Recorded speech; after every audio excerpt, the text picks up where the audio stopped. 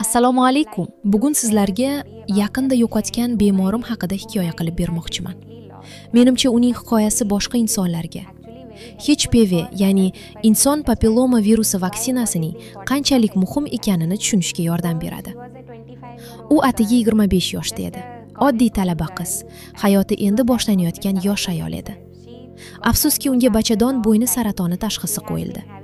U uzoq vaqt davomida qon ajralmalari, g'ayritabiiy qon ketishlar va jinsiy aloqadan keyingi qon ketishlardan aziyat chekib kelgan.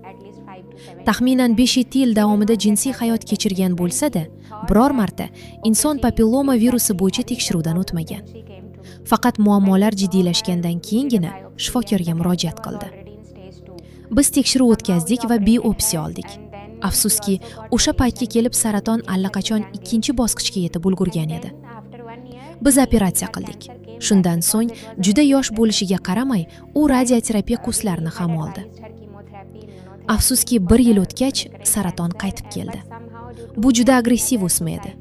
Biz unga qaytalangan saraton uchun ximioterapiya va immunoterapiya tavsiya qildik.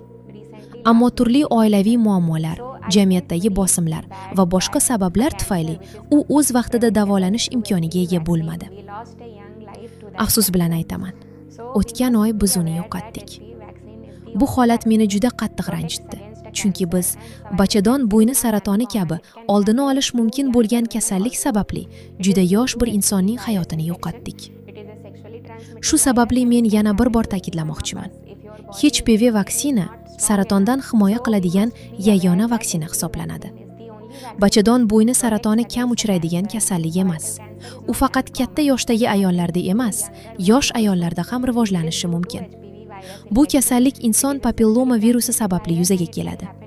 Virus asosan jinsiy yo'l orqali yuqadi va immuniteti yetarlicha kuchli bo'lmagan insonlarda saraton rivojlanish xavfi yuqori bo'ladi. Shuning uchun 9 yoshdan katta bo'lgan har bir inson, qizlar ham, o'g'il bolalar ham inson papilloma virusi vaksinasini olish haqida o'ylashi kerak.